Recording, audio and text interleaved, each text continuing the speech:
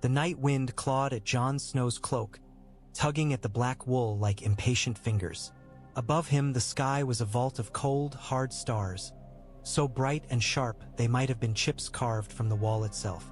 The ice under his boots was slick and blue, lamplight seeping through it in ghostly veins, and the world beyond the edge was nothing but darkness. The endless tangle of the haunted forest stretching north, black on black, a living shadow. Ghost padded along the parapet beside him, silent as the snow that once fell over Winterfell's godswood. The direwolf's white fur glimmered faintly, his red eyes catching torchlight and starlight both. Sometimes Jon thought Ghost saw more than he did. Things hidden under the snow, things moving behind the trees, things that did not belong in the world of men. He drew his cloak tighter and leaned on the crenellation, listening to the wind moan through the ice. Somewhere to his left, a watchman stomped his feet and cursed the cold. The blocks of ice beneath Jon's hands were older than any kingdom, older than the Seven, older even than the first men's memory. They had seen kings rise and fall like sparks blown from a fire, and what were Jon's troubles to the wall? A bastard's doubts, a green boy's homesickness, the ache of a name not truly his. Yet tonight the ache was sharp. He could not say why. Restlessness had driven him up here, away from the warm, smoky closeness of the common hall, away from Samwell Tarly's nervous chatter and the tired jests of the other brothers. Jon had felt something pulling at him, like the tug of a current beneath black water, and his steps had found the lift before his mind caught up. He thought of Winterfell without meaning to. The red leaves of the heart tree turning in still air, the hot, comforting smell of the kitchens, the soft crunch of snow underfoot in the courtyard.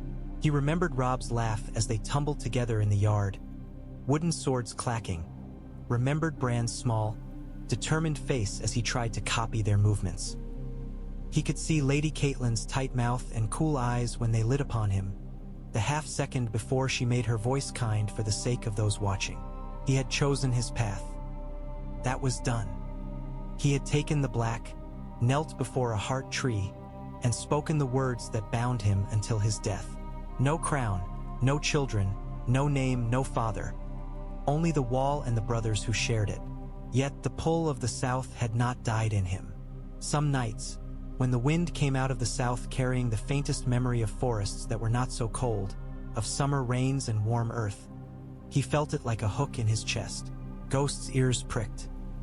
The dire wolf turned his head sharply, nose lifting into the wind. A low growl rumbled in his throat.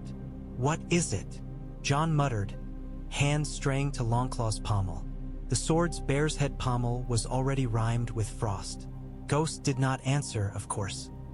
His growl faded, but his hackle stayed raised. His gaze turned not north toward the wild, but south along the wall itself, toward Castle Black's cluster of towers and chimneys. Jon narrowed his eyes. A bell clanged distantly, a single dull note, then another. Not the urgent, clattering ring that would call all men to arms. This was slower, more measured.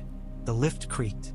He saw it moving, a dark shape against darker sky, hauling something up from the courtyard far below. A cage of wood and iron swaying gently. Ravens wheeled restlessly around it, black specks against the moon. Ghost huffed, turned in a tight circle, then trotted toward the lift without looking back, as if he expected Jon to follow. Jon hesitated a heartbeat longer, then pushed away from the parapet and went after him, his boots scraping on hard ice. Whatever was coming up from below had set the birds to flight and the direwolf on edge. That could mean danger, but it could also mean news. And news, of late, had a way of turning men's lives upside down.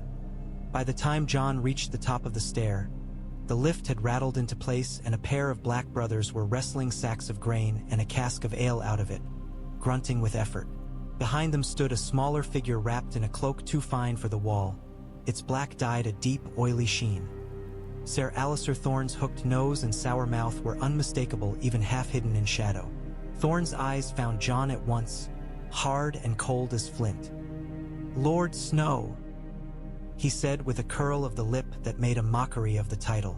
"Still chasing your wolf around the parapets like a green boy? The Lord Commander wants you. Now." Ghost bared his teeth, but Jon laid a hand on his neck. "Is something wrong, Ser?" Thorne's mouth tightened, as if the question itself offended him. "Wrong? The realm rots, boy. It always rots. Go to the rookery. Maester Aemon will tell you what scraps of trouble have been shit down on us today." He turned away without waiting for an answer, barking orders at the men hauling up the provisions. Jon frowned, scratched Ghost behind one ear, and made for the rookery tower, the direwolf padding in his wake. The rookery was warmer than the walkway, but the warmth was brittle and thin, born of lamps and bodies rather than any true summer. The chamber was full of the rustle of wings and the soft, incessant croaking of ravens, their black eyes glinting bead-bright as they hopped along perches and peered down from rafters. Feathers drifted through the air like soot. Samwell Tarly stood in the midst of it all with a candle in one trembling hand and a strip of leather in the other, his round face pale and shining with sweat. He was trying, and largely failing, to coax a particular raven back onto its perch. "Please," he murmured, voice catching. "If you would only—" "Oh, Jon!" The bird flapped away from him, landing on a higher beam with an indignant squawk. Maester Aemon sat below it, a roll of parchment in his spotted hands. The old man's milk-white eyes were turned toward the parchment as though they could read it. His mouth was drawn in lines so deep they looked carved. Jon felt something cold settle into his stomach. "Maester," he said, "you sent for me?" "I did." Aemon's voice was thin, but steady. He raised the parchment a little, fingers trembling with age, not emotion. "Bad tidings fly faster than swallows. The ravens have been busy tonight. One came from the south, from King's Landing." King's Landing. Jon's heart quickened. He stepped closer, Ghost brushing against his leg. "Is it?" "The king is dead," Aemon said gently. "King Robert Baratheon. He died of wounds taken in a hunting accident. So the message says." For a moment the words meant nothing. They were just sounds, like the croak of the birds. Then the shape of them formed, and Jon remembered Robert's great booming laugh echoing off Winterfell's stone. The way he had clapped Ned Stark on the shoulder like a brother. It seemed impossible that such a man could die from anything so mundane as a boar's tusk. Men like that were supposed to fall in battle, swords in hand. "Dead?" Jon repeated, hollow. Then Lord Eddard?" He had never called him Eddard, never thought of him as anything but his father. The name felt strange on his tongue. "Your father was the hand of the king," Aemon said. "When a king dies, the man who wears that badge stands closer to the storm than any other. Another raven came after the first. This one." His fingers tightened on the parchment. "This one was not meant for our eyes. It was sent to Eastwatch and passed along when the commander there saw fit that we know as well." Sam seemed to shrink into himself, eyes going from Aemon to Jon and back again, as if he were watching a sword fight between men he loved. Aemon passed the second parchment into Jon's hands. The wax seal had been broken and clumsily repressed, its crowned stag smeared. The letters crawled black and heavy across the page, official and impersonal. Jon read them once, then again, as if he had misread them the first time. "Lord Eddard Stark, Lord Paramount of the North, is arrested for high treason. He is accused of plotting against his rightful king. He awaits judgment in the dungeons of the Red Keep." The room lurched. It was as though the floor had given out beneath him and he was falling through empty air. The words blurred. He blinked, and they swam back into focus. "High treason. Arrested. Dungeons. My father is an honorable man," Jon said. His voice came out rough. "He would never. This is a lie. It must be wrong." "We know what manner of man Lord Eddard is," Aemon replied softly. "But the realm does not always reward the honest. Ofttimes it devours them." Sam's candle wobbled in his hand. Wax spilled over his fingers. "They can't do that," he whispered. "They can't just— He was the hand, They can," Jon said, though even as he spoke the words, he wanted to unsay them. "If the Lannisters hold the city, they can do anything they like. The Lannisters." Queen Cersei, with her hair of spun gold and her cold, assessing eyes.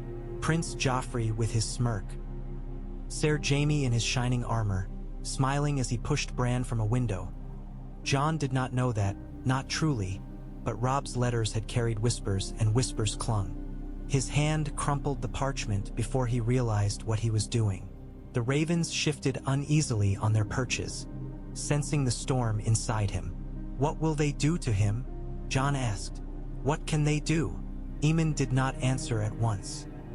His blind eyes seemed to look past Jon, past the wall, past all of them, into some far place where old ghosts waited. When he spoke, the words came slowly, like stones rolling down a hill. "That will depend on who holds the Boy King's ear," he said, "and on what the realm needs from Lord Eddard Stark. A living traitor or a dead example." The Lord Commander's solar smelled of tallow candles, old leather, and the faint, musky tang of the great black bear that slept beneath his chair when the mood took it. Tonight the bear was elsewhere, but its lingering scent mingled with the sharper sting of lamp oil and parchment. A brazier glowed in the corner, casting wavering heat that never quite chased the chill from the stones. Jeor Mormont read the raven's message without shifting his weight in the heavy chair. The candle beside him hissed softly as a bead of wax slid down its side. "So," he grunted when he was done, as if the letter had confirmed something he had expected all along. "The realm tears itself to pieces while the dead walk in the woods and claw at our doors. I should not be surprised." Jon stood very straight before the desk, fists clenched at his sides. The rage that had surged up in the rookery had not simmered. It lived under his skin now, hot and restless. For years he had dreamed of standing before his father as a man grown, earning his approval. He had not imagined it would be like this. His father chained deep beneath a city of enemies, the boy who bore his face helpless and far away. "They can't keep him there," Jon burst out. "If King Robert is dead, then the Game of Thrones is on in earnest." Mormont cut in. "You know nothing of such games, boy, and best you keep it that way. Your place is here. My place is with my family." The words slipped free before he could stop them. Jeor's black brows climbed, the lines at the corners of his eyes deepening. "Your place is in black," he said, voice gone flinty. "Do not forget that. Say those words south of the wall, and some Lannister will be happy to hang you for Lord Eddard's bastard son." "I am not," Jon started, then swallowed the rest. Not his bastard, he had almost said, but the second half of the thought was an empty void. He did not know who he was, only who he was not. Mormont watched him, measuring. "I will not say I don't understand," he said after a moment. "If I had heard my father was taken for treason, I'd have wanted to fly to his side as well, vows be damned. Blood calls to blood. But the wall is not a place for men who answer that call." Jon thought of Sam's scared face, of PYP and Gren's clumsy camaraderie, of Dolorous Ed's dry jests, of the men on the top of the wall peering out into the dark. He thought of the frozen hand they still kept in the larder, black and stiff and very, very wrong. The truth of what they had seen at the haunted forest's edge had not left him. "You swore your life to this order," Mormont went on. "Lord Eddard Stark raised you up. If he taught you anything worth knowing, it was honor. Do you think he'd thank you for breaking that oath? Even to save him?" The question struck like a blow. Jon's breath came out in a white gust. In his mind he saw his father's face. Solemn, grave, eyes like gray ice. "I will not ask you to stay, Jon," he imagined him saying. "I will ask you to be the man you said you would be." "No," Jon said dully. "He wouldn't." "Good." Mormont leaned back, the chair creaking under his weight. "Because I may have need of you yet. The Watch may have need of you." Jon blinked. "Of me, my lord? Of your name?" the old bear said bluntly. "The Watch may be blind fools to some, aye, but we are not deaf. We know whose blood runs in your veins. Stark blood. There are men in the south who still remember what that means. Men who might listen where they would not listen to Ser Alliser Bloody Thorne." Jon stared. "Listen to what?" "To the truth, boy." Mormont's hand fell to the table, palm flattening over the stained wood. "To what is happening in the north. To the dead thing in my larder that will not stay dead. We sent Thorne with the hand to show the king, but now the king is a corpse and the city is ruled by lions. Still, we must try. Someone must believe us before it's too late. You want me to go to King's Landing, Jon said slowly, with Ser Alliser, to speak for the Watch. I want the realm to live long enough to drown itself in its own politics, Mormont growled. If sending you south helps us do that, then yes, you are still my steward. You won't go as Stark, but as a black brother of the Night's Watch. You will stand before the Iron Throne and tell them what you've seen. And when you are done, you will bring your arse back here. The South, King's Landing. The words sent a different kind of chill through him.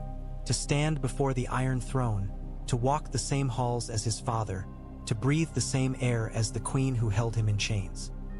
It was not what he had dreamed of when he watched the king ride through Winterfell's gate, but it was a path where all others had seemed closed. If I go, Jon's voice roughened. My lord, if I go, I might see him, my father. Mormont's gaze did not soften. You might. Changes nothing. You'll go as a crow and come back as a crow, or you won't come back at all. Those are your choices. Jon's heart hammered in his chest. The wall was all he had now, yet the world beyond called to him louder than it ever had. If I refuse, then I send Ser Alliser alone, Mormont said, and pray some half-wit king believes a man who hates us more than he hates wildlings. And you spend the rest of your days wondering if you might have made a difference. He left the silence there, heavy as the wall itself. At last, Jon bowed his head. I'll go, he said, in the Watch's service. Mormont let out a breath that might have been relief or simply breath. Good. You leave on the morrow. See to your gear, and say your farewells if you must. But do not say any that cannot be unsaid. The sky over Castle Black bled slowly from bruised purple into ink. One by one the lamps were lit along the walls and in the yards, little islands of orange warmth in a sea of cold. The men of the Night's Watch drifted from their duties to the hall, drawn by the smell of stew and the promise of stale bread, their boots crunching on packed, filthy snow. Jon stood by the armory door with his cloak drawn tight, a saddlebag slung over one shoulder. His sword belt was fastened firmly about his hips, Longclaw's weight a solid reassurance.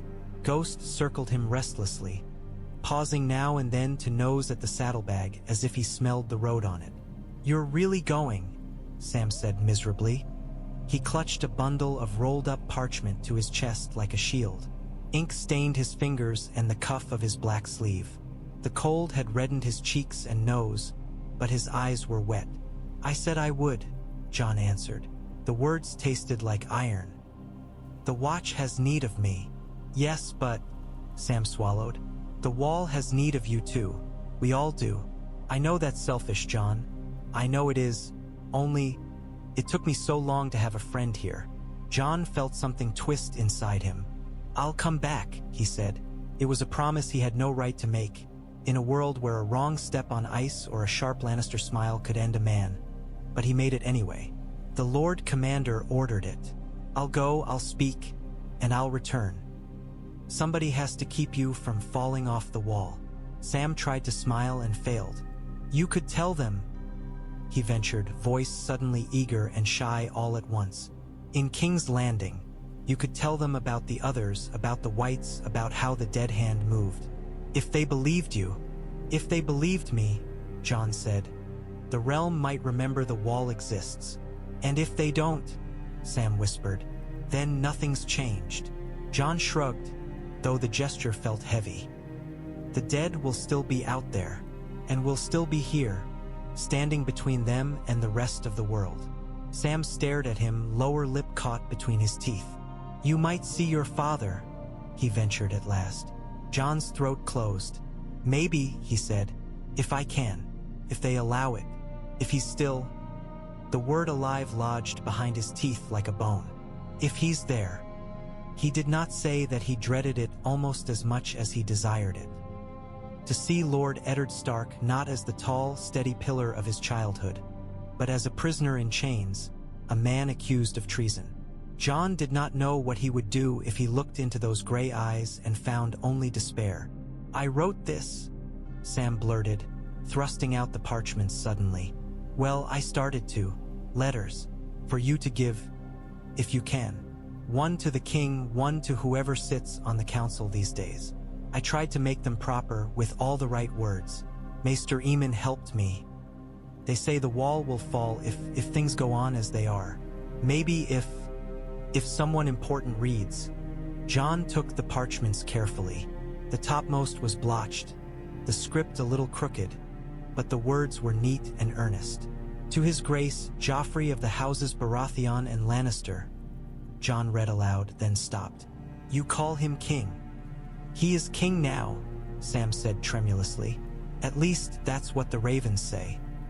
And if we want them to listen, we have to call them what they call themselves," Maester Aemon said. "Even if we don't like it." Jon slid the letters into his saddlebag beside his spare small clothes and the bit of hard cheese he'd been able to pilfer from the kitchens. "I'll give them to whoever will take them," he promised. "That, at least, I can do." Sam nodded and very carefully patted Ghost's head. The dire wolf submitted with weary patience, though his eyes never left Jon. "Do you ever think," Sam asked, voice gone quiet, "that maybe you were meant for something more? I mean, more than you thought you were meant for, not more than the Watch. I only mean that you came here thinking you were just a bastard, and now the Lord Commander is sending you to stand before a king." Jon thought of his father's unsaid words in the God's Wood at Winterfell, the half-formed promise of truth on his lips. "Next time we see each other, I'll tell you about your mother," he had said. Then he had ridden south, and the next time had never come. "I think the gods mock us," Jon said. "They give us dreams and then take them away before we can touch them. If there's a meaning to it, I can't see it from here." Sam sniffled. "Maybe you'll see it in King's Landing," he said hopefully. Just come back and tell me all about it, all right? Every detail. I'll write it all down. We could make a book." "A book about my missteps," Jon said, a corner of his mouth twitching. "The chronicle of Lord Snow's fool's errand." Sam's laughter came out in a hiccup. "You could do worse. Some men never get a book at all." "Some men don't want one," Jon replied. "They just want a warm fire and a full belly." Sam looked up at the looming mass of the wall behind them. "No one gets warm fires up here," he said. "But sometimes we get friends." The rookery was quieter by night. Most of the ravens had their heads tucked under their wings, their feathers puffed against the chill. A few restless birds muttered to themselves, shifting from foot to foot, but the wild clamor of earlier was gone. Maester Aemon sat on his stool by the table, fingers moving with practiced care over a length of twine. He seemed smaller when he was alone, hunched and fragile, as if a strong wind might blow him away. The candle on the table cast his soft, blind eyes into hollows. "You leave at first light," he said as Jon entered, though Jon made no sound on the stone. "The yard is full of talk. No secret can live long in a place like this." Jon closed the door behind him. Ghost sat down with a soft thump at his feet, head between his paws. "I came to thank you," Jon said, "for telling me of my father. For not trying to stop me." "It was not mine to stop," Aemon replied. "Your path is your own. I have lived long enough to see many men walk theirs. Some to glory, some to ruin, most to some muddled place between." Jon hesitated. "The Lord Commander says I go as a brother of the Night's Watch," he said. "Not as anything else. I am to speak of what we have seen in the north. But we both know why I agreed so quickly." "Do we?" Aemon asked gently. Jon's fingers curled into his palms. "I have no right to think of myself as a Stark," he said. "I know that, but he is still my father. If there's any chance I can help him, you will take it," Aemon finished, "even if the cost is your peace. That is love."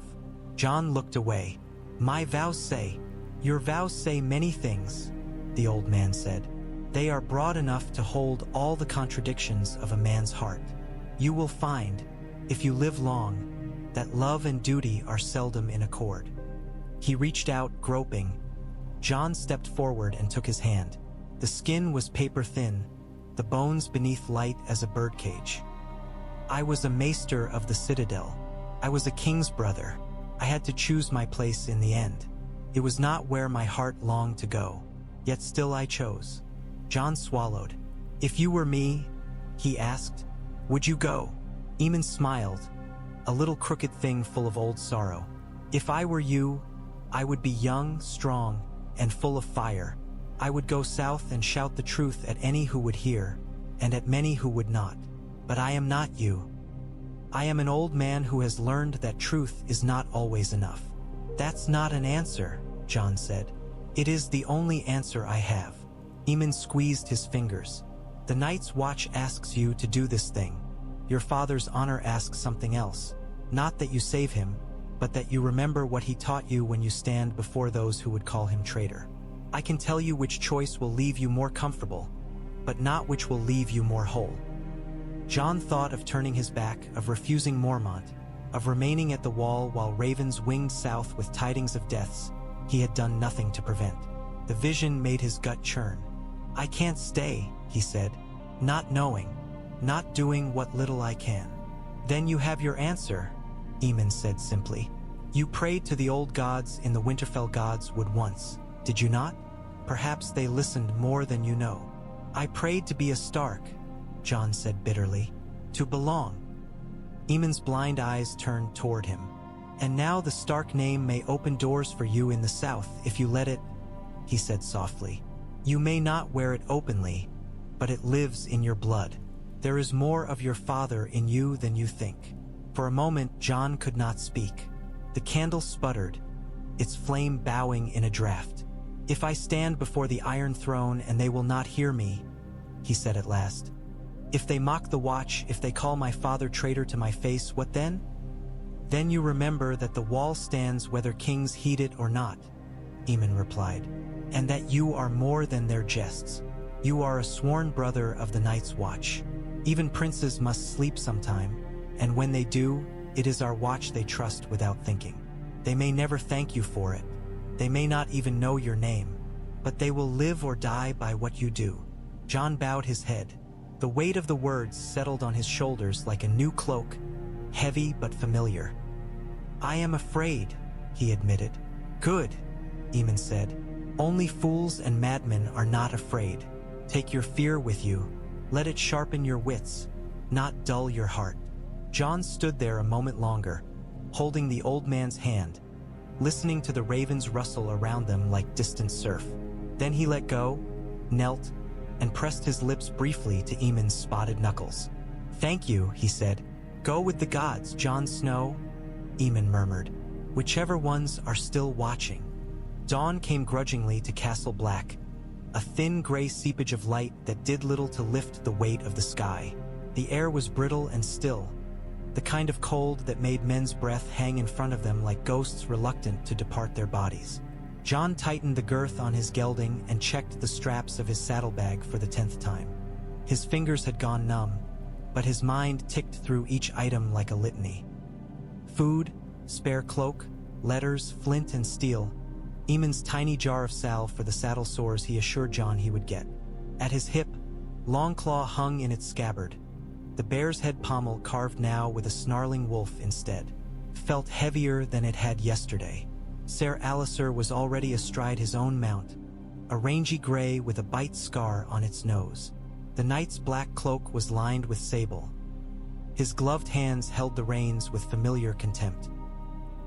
He looked as if he had been born in the saddle and had hated every moment of it. Move yourselves, he snapped at the two other men Mormont had assigned to them, brothers named Hake and Otten. We're not riding to a feast. In truth, they looked more like they were riding to burial. Their saddles were worn, their boots cracked, their faces were stone. They were good men, Jon knew, but not the sort to inspire much notice. That, Mormont had said, was the point. A small party could slip through wars more easily than a bright, bristling column. Men had gathered in the yard to watch. Some leaned on spears. Others cupped steaming mugs of something hot in their hands. PYP and Gren were there side by side. Dolorous Ed muttered to himself, shaking his head as if the world had personally disappointed him again. Even Rast had come, his ferret eyes darting between Jon and Thorne as if he could not decide which he disliked more. Sam stood a little apart, cloak pulled tight, as if that might keep his heart from falling out of his chest. When Jon's gaze found him, he raised a hesitant hand. Jon answered with a nod that felt inadequate. The gate beneath the wall groaned as its winches turned, chains clanking. The portcullis rose, inch by reluctant inch, revealing the world beyond as a strip of flat white. The haunted forest was miles to the north. South of Castle Black stretched only the kingsroad, a hard black line cutting across snow and stubbled fields. "Remember," Thorne said, reining his horse in next to Jon's. "You're my steward on this little jaunt, Lord Snow. You speak when I tell you to speak and shut your bastard mouth when I don't. Do not think to play the Lord where men can hear you. You're no one to them. You'd do well to remember it." Jon met his gaze. "I remember I'm of the Night's Watch," he said. "Same as you." Thorne's smile was thin as razor ice. "I'm a knight of the King's Landing garrison, forced into black by a man who thought himself clever. I know the cut of the place we're riding to. You don't. Do as you're bid, and you might live long enough to freeze to death up here like the rest of us." Ghost gave a low, rumbling growl. Thorne's horse danced sideways, snorting. "Keep that beast in hand," Thorne snapped. "He goes where I go," Jon said. "The Lord Commander said nothing of leaving him behind." The knight muttered something under his breath that sounded suspiciously like a curse on all Starks and their monstrous pets, but he let it lie. He wheeled his horse toward the gate. "Open road, then," he said. "May the gods piss on whoever gets in our way." They rode out under the raised gate to the sound of chains and creaking wood. The world beyond the wall felt too open, the sky too large. Jon glanced back once over his shoulder. The wall towered behind him, a cliff of pale blue ice that seemed to hold up the sky. Tiny black specks moved along its top. Men he knew, men he had trained beside, men who had become his brothers. Somewhere up there, Sam was watching. The distance turned him small, indistinct. Jon felt something wrench inside his chest. He had thought leaving Winterfell had been hard.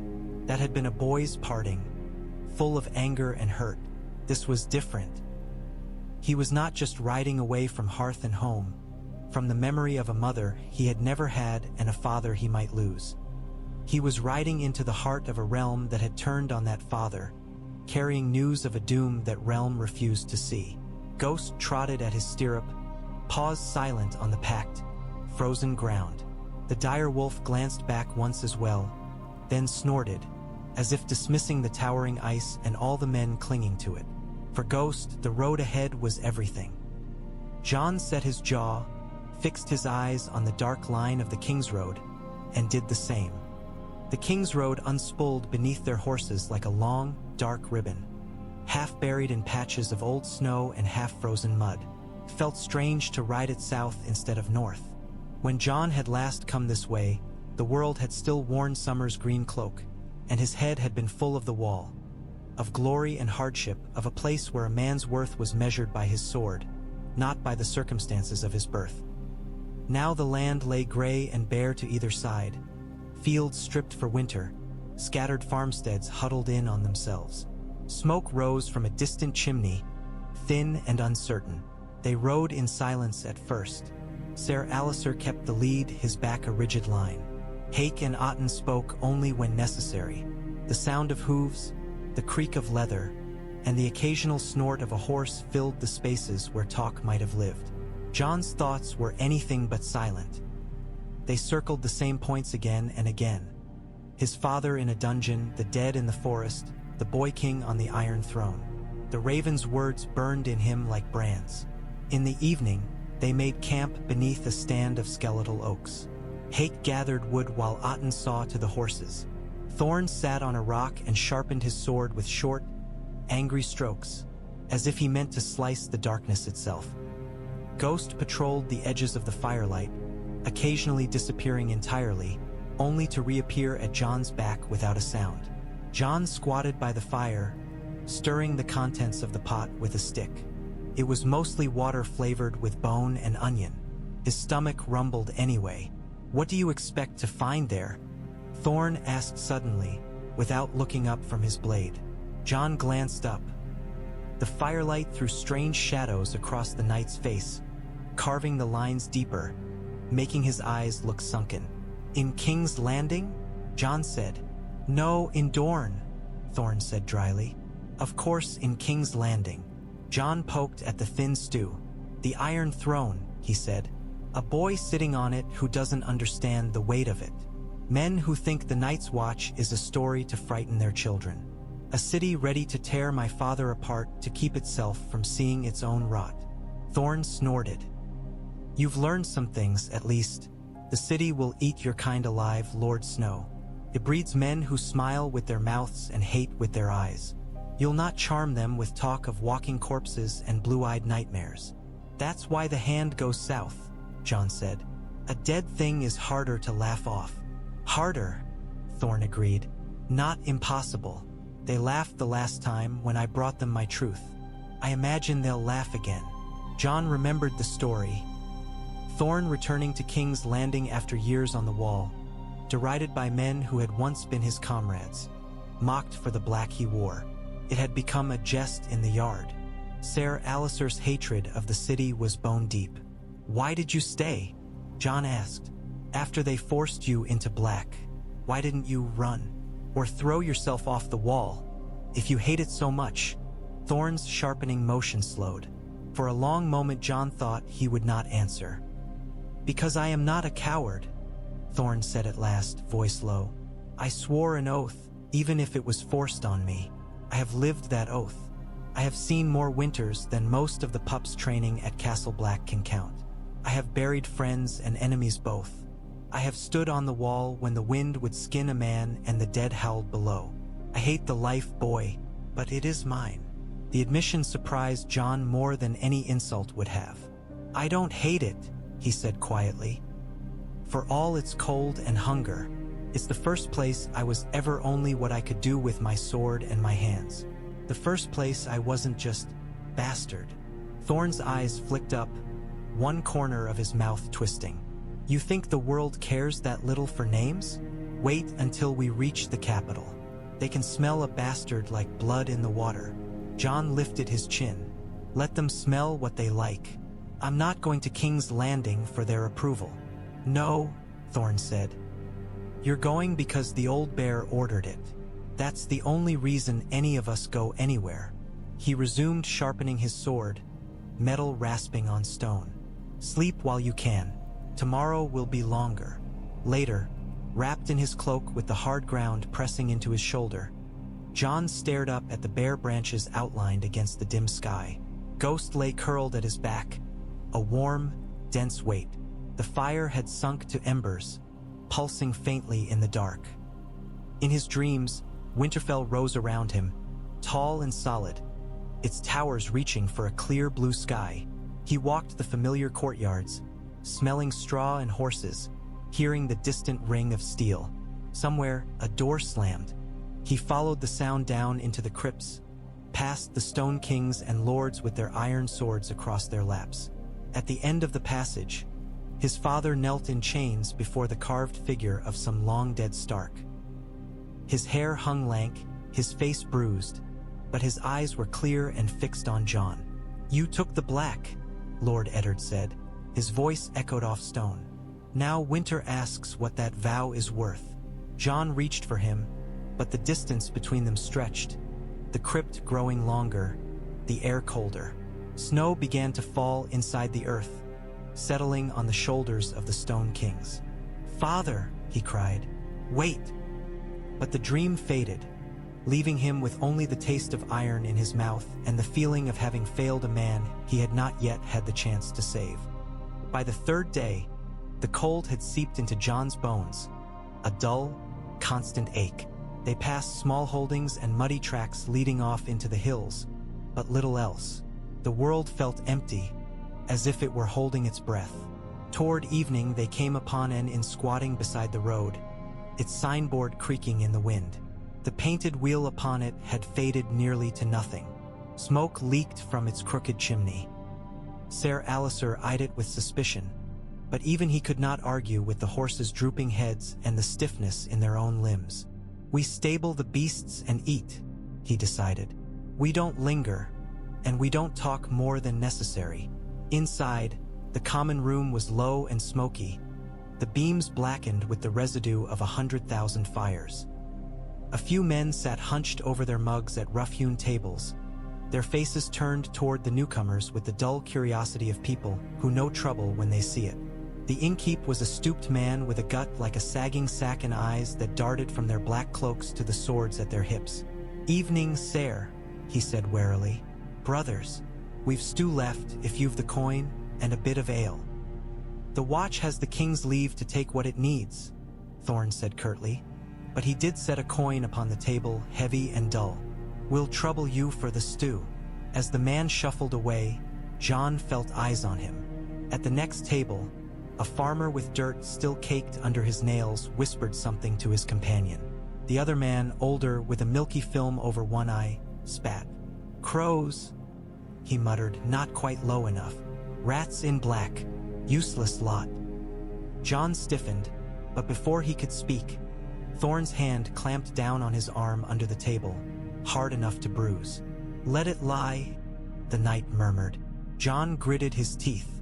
He had heard worse from Thorne himself, but somehow it stung more from these strangers, men who knew nothing of the wall or what it asked of those who manned it. The innkeep brought bowls that steamed faintly, thin broth with a few limp vegetables and shreds of meat floating in it. Jon ate without tasting, more intent on the murmurs that drifted between the other tables. "Raid down river, they say. Lannister men. Burned 3 farms, took all the grain.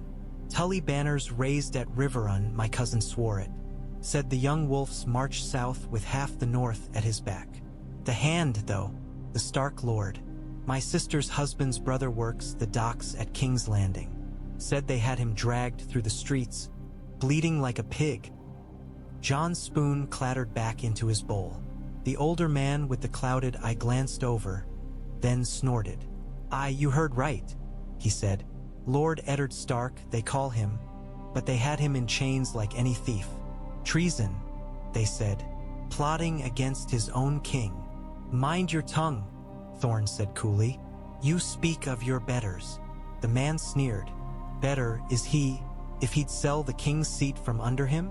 "He wouldn't," Jon snapped. The words came hot, unbidden.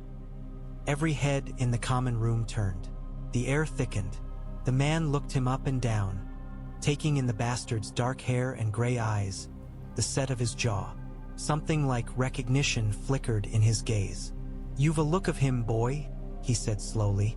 "Of the Starks." "Drink your ale and keep your ignorance," Jon said. His hands shook, but he did not look away. "Lord Eddard Stark is an honorable man. If he's in chains, it's because liars put him there." There was a moment when Jon thought the older man would rise, fists clenched. Instead, he snorted again, softer this time. "Honor," he said. "Honor and treason often wear the same mask in King's Landing. Best you learn that before you get there, Crow." Thorne's fingers dug deeper into Jon's arm, then released. "Upstairs," he said tersely. "Now." In the cramped, smoke-stained room the innkeep grudgingly gave them, Thorne rounded on him. "Are you determined to get us all hanged before we even smell the city?" he hissed. "You might as well have screamed your father's name across the tables." Jon's throat was raw. "They were lying," he said, "or repeating lies.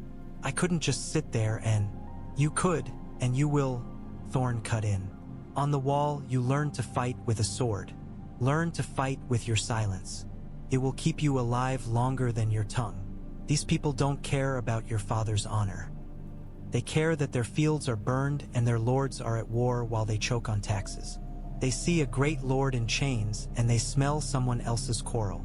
Jon paced the cramped space, the low ceiling making him feel trapped. Ghost brushed against his knee, a steadying presence. "Robb has ridden south," he said. "If the North has raised its banners, as they said, he'll be heading for the Trident or further. If there's war, "There is always war somewhere," Thorne said flatly. "But we are not men of the South's wars. We are crows. Remember that." He lay down on the narrow bed without undressing, his sword still within reach. Jon spread his cloak on the floor and lay on that, ghost curling in against his side. The boards creaked with every breath. In the stillness, the words from the common room rolled around in his skull, dragged through the streets, bleeding like a pig.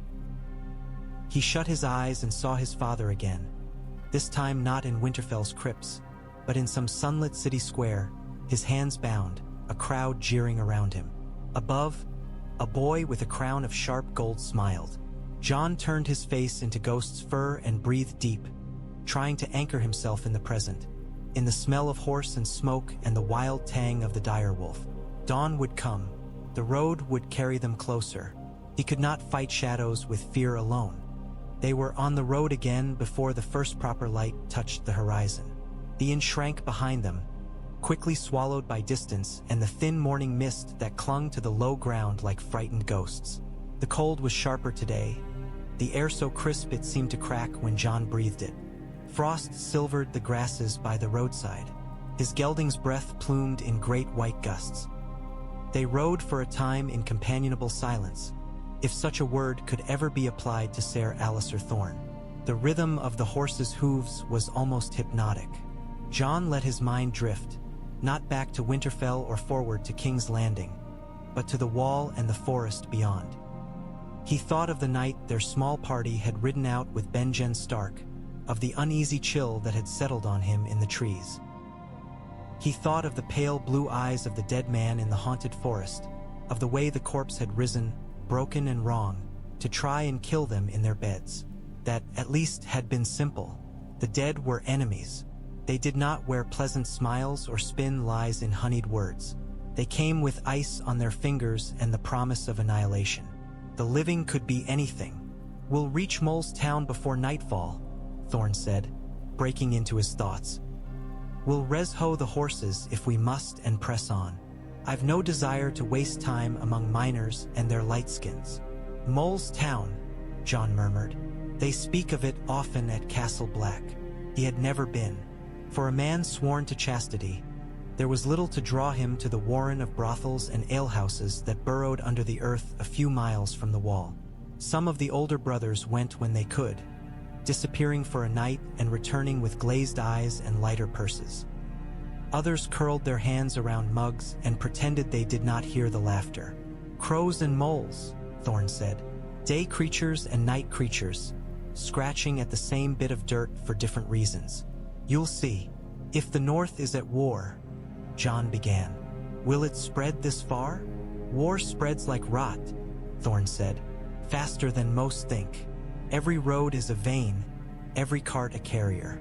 Sooner or later the stink reaches even places that pretend they're above such things." Jon looked around at the bare fields, the distant line of hills. It was hard to imagine armies tramping through this desolation, banners snapping, armor clanking. "What will you do?" he asked quietly. "If they laugh at us in King's Landing, if they jeer at the Hand, if they mock the Watch again?" Thorne's face hardened. "What I did last time," he said. "Endure. Then return to the wall and remember that the only men whose opinions matter wear black." Jon thought of the dead man in the haunted forest, of the blue light behind his eyes. "Then we'll have to make the dead shout louder," he said. Thorne glanced at him, a flicker of something like grim approval passing through his gaze. "Perhaps," he said, "if we live long enough to stand in that hall." They crested a small rise. From its top, the road flowed away before them, a pale ribbon vanishing into the southern haze. Far behind, if Jon turned in the saddle and squinted, he could just make out the faint blue-white line of the wall, impossibly distant, yet still dominating the horizon. He reined in and looked back one last time. The wall did not care whether he looked or not. It had stood before him and would stand after he was gone. But he cared. It was home now, in its harsh and uncompromising way. It was also the weight on his shoulders. "Goodbye," he murmured under his breath. "Keep Sam safe. Keep them all safe." Ghost whined softly, as if in answer. Jon reached down, fingers tangling in the direwolf's fur. Then he turned his horse's head south again and nudged him into a trot. The road accepted him without comment. Somewhere ahead, beyond hills and rivers and cities and all the tangled web of men's ambitions, his father waited in a darkness that smelled of damp stone and fear. "I'm coming," Jon thought, though he knew his father could not hear him. "For you, for the Watch, for whatever the gods mean by this cruel game." The wind took the unspoken vow and scattered it, but he felt lighter for having made it. The days blurred into a rhythm of riding, eating little and sleeping less. The land changed by slow degrees. The wind grew a fraction softer. The snow retreated to shadows and hollows, leaving patches of brown earth to show through like old scars. They passed more people. Wagon trains creaking under loads of timber or grain, merchants with anxious eyes leading stringy pack horses, peasants trudging with bundles on their backs. Everywhere there was talk of war. At a crossroads, they overtook a pair of sellswords heading north, battered mail clinking as they walked. One had a fresh cut along his jaw, poorly stitched. They eyed the black cloaks with open disdain. "Craven's colors," one said, not bothering to lower his voice. "Marching to the king's call at last, are you? The lions'll have you skinned and on their helms." "We're not here for your battles," Hake said curtly. "No," the other man drawled. "You're here to hide from them, I've heard. Take the black and you never have to choose a side." Comfortable, that. Jon wondered if that was how they were seen, as cowards who had slipped the noose of southern feuds by fleeing to the wall. If so, the world was more foolish than he had thought. He said nothing. Thorne's warning hung over him like a drawn sword. But inside, something hard and cold was setting. "We stand between the realm and what would destroy it," he thought. "And the realm thinks we are hiding." At night, when he lay under thin blankets and stared up at unfamiliar ceilings or the empty sky, his thoughts turned again and again to King's Landing. He imagined its towers and walls, its crowds and markets, its stink and splendor. He imagined the red keep looming over it all, and in its depths, the black cells. He tried to picture his father there. Sometimes he saw him sitting with his back straight and his jaw set, eyes distant but unbroken. Other times, the image was worse. Lord Eddard Stark slumped in chains, gray eyes clouded, spirit worn to a thread. If they had hurt him, if they had beaten him, starved him, forced false words from his mouth, what then? Jon had no army, no banners, no power beyond the weight of his name and the oaths he had taken. He could not storm a castle or topple a king. He could only speak. It felt like stepping onto a battlefield with nothing but bare hands. Yet he would step onto it all the same. On the border of the neck, the land constricted. Marshes spread out on either side of the road, sucking and bubbling, sending up tendrils of mist that curled around the horse's legs. Strange cries drifted from the reeds. The air smelled of rot and water and something older. "This is where the South begins," Thorne said. "Properly, though you Northerners like to pretend your hills stretch all the way to the capital." Jon thought of Winterfell's Godswood and the cold, clean hush of snow in the Wolfswood. The murk around them felt nothing like that.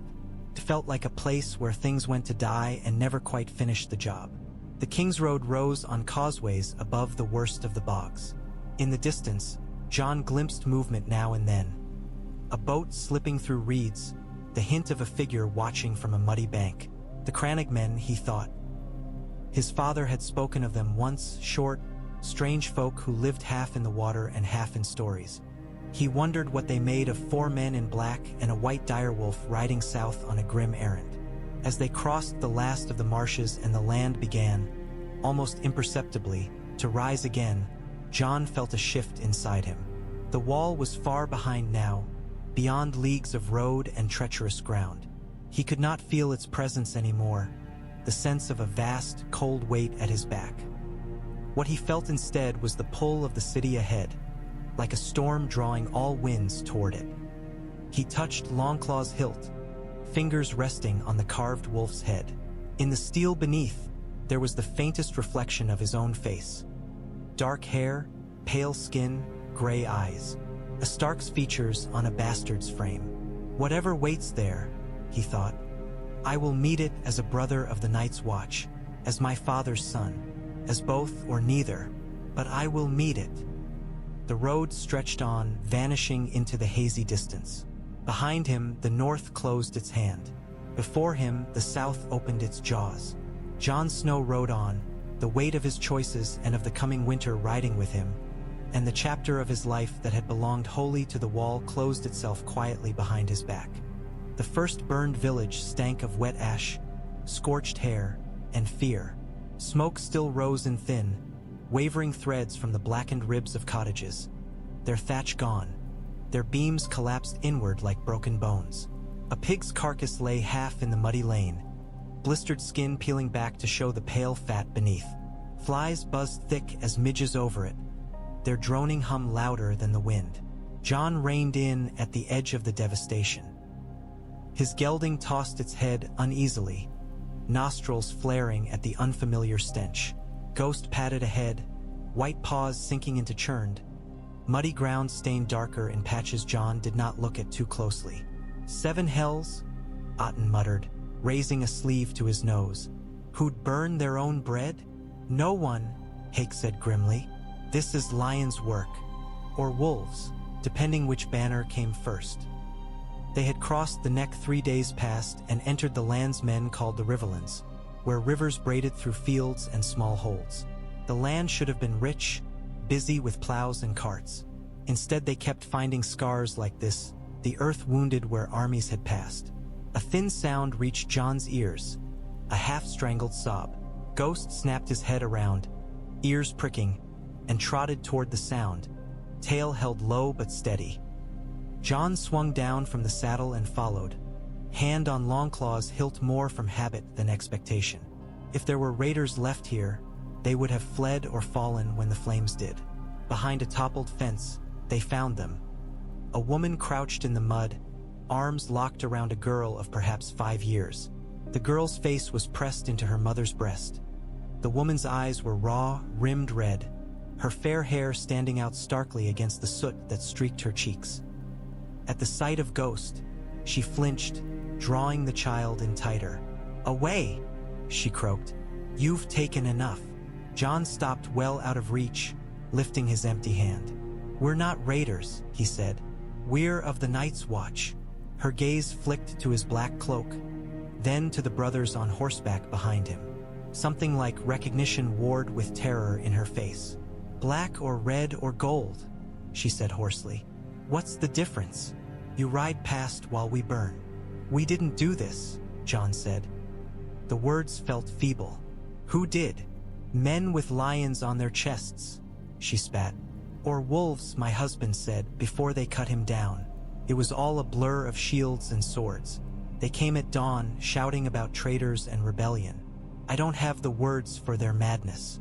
Only the sound of my boy screaming. The child made a small, wounded animal noise at that. Jon's stomach turned. "We have no wish to add to your pain," he said. "We're just passing through, traveling south on the kingsroad." "The king?" she whispered, as if tasting a foreign word. "They said his hand was a traitor, Stark, that he'd raised the north to tear the realm." Her eyes narrowed on Jon's face suddenly, taking in the gray of his eyes, the set of his jaw. "You've a look of them, wolves. Are you one of the traitors, Crow?" Jon felt the old reflex rise. "No, I'm a bastard," caught behind his teeth. "I'm Jon Snow," he said instead. "I took the black. I serve the wall, not any lord's quarrel." She laughed then, a ragged, broken sound. "The wall? What good is your wall here?" Ghost stepped forward, lowering his head, sniffing the girl's hair. The child peeked over her mother's arm, red-rimmed eyes widening at the sight of the direwolf. For a heartbeat, terror froze her. Then, to Jon's surprise, her soot-smeared hand crept out, fingers trembling, and brushed Ghost's neck. His tail swayed once, slowly. "We can't bring back what you've lost," Jon said quietly. "But we have hard bread and a little salt meat. Take it. There's an inn 2 miles south by the road. They may give you shelter." Thorne snorted behind him, but said nothing. Hake and Otten exchanged a look. The woman stared at him, as if weighing whether to curse him or fall at his feet. In the end, she did neither. She simply nodded once jaggedly. Jon went back to his horse and dug in his saddlebag, fingers closing around the rough loaf and the smaller of the two cheese ends. He carried them back and placed them in the mud between them. "Leave the road at night," he said. "Find the trees. War's coming if it's not here already. The road sees the worst of it." She gathered the food to her breast, alongside her child. Her lips moved soundlessly in some half-remembered prayer. As Jon mounted again, Thorne spoke, voice like a file on steel. "We're not a wandering sept handing out charity," he said. "We feed our mounts with what we spare for beggars." "She wasn't begging," Jon said, watching the woman's small figure in the ruin. "She was surviving." Thorne's mouth thinned, but he spurred his horse on. "And we have our own survival to worry about. Ride, Lord Snow." The burned village fell behind them, swallowed by the dusk. But its image clung to Jon like smoke, and with it the woman's question. "What good is your wall here?" He had no answer that did not sound hollow in his own head. They met the first Lannister men the next afternoon. The kingsroad curved between low, rolling hills dotted with leafless trees. Snow lingered in the hollows, gray and pitted. As they topped one rise, for riders appeared on the opposite slope, their cloaks snapping in the cold breeze. The lions on their chests were bright even at a distance. Crimson cloth and gilded metal, the proud, snarling heads stitched over boiled leather. They reined in as one when they saw the black-cloaked party, forming a line across the road. "Hold," Thorne said sharply.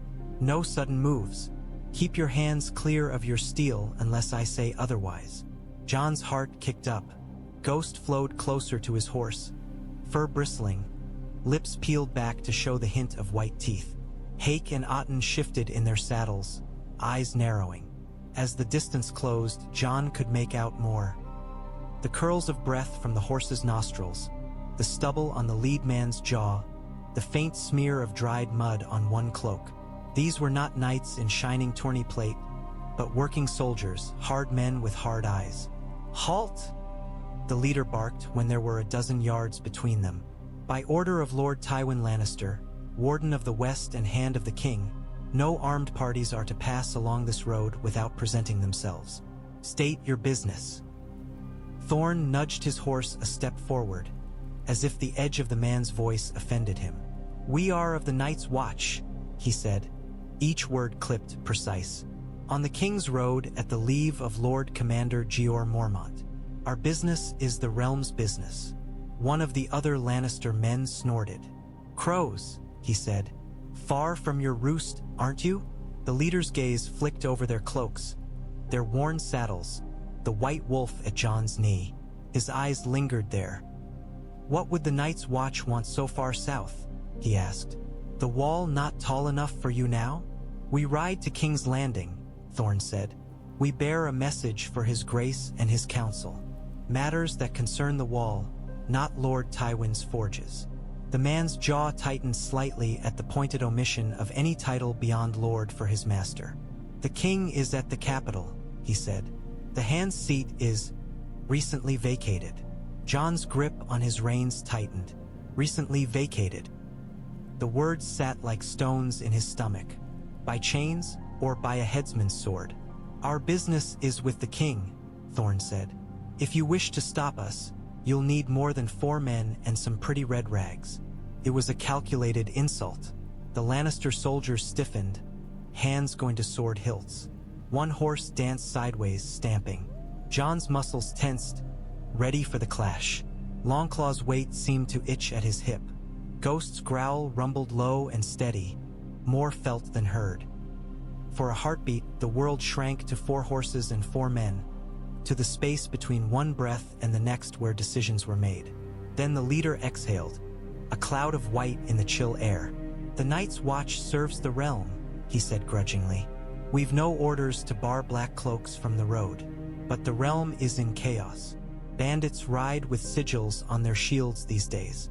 You understand our caution." "We understand," Thorne said, though his tone made clear his opinion of Lannister caution. "Will you stand aside?" The man's gaze slid past him to Jon. "You," he said abruptly. "Boy, take off your hood." Jon hesitated, then shoved it back. Cold air bit at his ears. The soldier stared, something like suspicion sharpening his features. "You've a Stark look about you," he said. "Eyes like winter. Name?" Every instinct screamed at Jon to tell the truth. Instead, he heard Thorne's warning in his head. "Fight with your silence." "I am Jon Snow," he said, "steward to Lord Commander Jeor Mormont, a brother of the Night's Watch." "Snow," the man repeated, as if turning the word over for hidden edges. "A common name in the north. A common lot for bastards," Jon said, forcing the words past tight lips. For a moment, he thought the man would press, would demand to know if he were kin to the traitor lord in the capital. Instead, the soldier shook his head, as if dispelling cobwebs. "Go then," he said, "but take warning. The king's justice rides this road. If you find wolves or trout or any other banners, you never saw us. Your justice and our duty seldom meet," Thorne said. "We'll remember that." The Lannister riders guided their horses to the side. As Jon passed, the leader's gaze tracked him. There was a question in it that neither of them asked aloud. Once they were out of sight, Thorne let out a breath like a man spitting out sour milk. "That was closer than I care for," he said. "Keep that face of yours under a hood in future, Lord Snow. It draws attention." Jon glanced back once, seeing only empty road behind. "He saw it anyway," he said. "Some men always will." "Aye," Thorne said, "and some will think what they like, no matter what you say. Best not give them names to hang their suspicions on." Jon pulled his hood up. The cloth felt heavier now, as if it carried all the weight of his blood and none of its protection. They made camp near a narrow river, its banks frosted, its water whispering over stones. The trees here grew closer, their bare branches knitting overhead like fingers. The sky between them was a ragged strip of cloud-scud gray.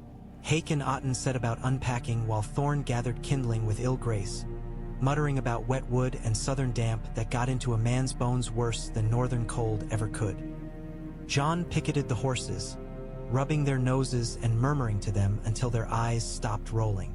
When the fire finally caught, it burned low and smoky, but its thin warmth was welcome. They ate salt pork and hard bread, washing it down with water that tasted faintly of iron. The river's murmur and the occasional crack of settling would fill the spaces their talk did not. After Hake and Otten had wrapped themselves in their cloaks and drifted into the uneasy half-sleep of men on the road, Jon pulled Sam's letters from his saddlebag. The parchment was already creased and soft at the edges, the ink dark, some lines blotched where Sam's hand had trembled. He held one close to the firelight and read. "To His Grace, Joffrey of the houses Baratheon and Lannister, first of his name, King of the Undulls and the Royner and the First Men, Lord of the Seven Kingdoms and Protector of the Realm." The words beneath the titles were plain, almost painfully so. Sam had written of the Wall's ancient charge, of the things they had seen, White Walkers, wights, dead men refusing to stay dead. He had described the feel of the cold that was not like other colds, the terror in the eyes of hardened rangers. "Please," one line read abruptly, the letters larger, as if he'd forgotten himself and only remembered decorum after the ink had dried. "You must believe. The Wall cannot stand alone forever." Jon's throat tightened. He folded that letter carefully and moved to the next, addressed not to the king, but to the lords of the small council, who govern in His Grace's name. The language there was different, more formal, full of phrases Sam had likely dredged from dusty books. "Think you they'll read them?" Thorne's voice cut across the crackle of the fire. Jon looked up. The knight sat with his back to a tree, sword laid across his knees, whetstone in hand. The rasp of stone on metal was steady, almost soothing. "They'll be placed before someone," Jon said. "Whether that someone reads them or makes a fool's cap of them, I can't say." Thorne snorted. I can. I knew the men of that council once. Pycelle will peer at them over his beard and say the watch has always cried wolf. Littlefinger will laugh and count how many coins he can make at our expense. Varys will read every word and remember them all, then set them aside until it suits him to care. The Queen will not read them at all. She has no interest in anything that doesn't bleed gold or power. And the king? Jon asked. The king, Thorne said, is a boy with a crown and too much of his mother in him. If he reads anything, it will be the first line that tells him how great he is. He spat into the fire. Don't think your noble pleas will melt any hearts in that place, Lord Snow. If the wall is to be saved, it will be by our steel and our wits, not by southern ink. Jon looked back at Sam's careful lines. Still, he said, we have to try. Thorne's eyes were dark pits in his weathered face. He said grudgingly, we do. And if there's any chance they'll listen to anyone, it may be to the son of the man they're calling traitor. If I were a Southron lord, I'd prick up my ears at that. Nothing they love more than scandal with a noble name attached. I am not my father's heir, Jon said quietly. I'm just his bastard. Bastard or no, you have his look, Thorne replied. His blood. Men will see what they want to see. Use that. If your father raised you to anything, let it be to the understanding that honor without cunning is a noose waiting to tighten.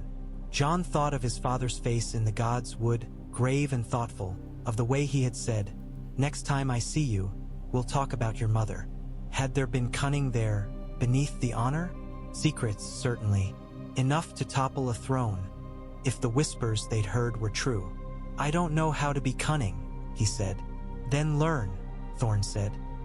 Start by keeping your anger on a leash when we stand before the Iron Throne. Show them that hand we carry and make them afraid.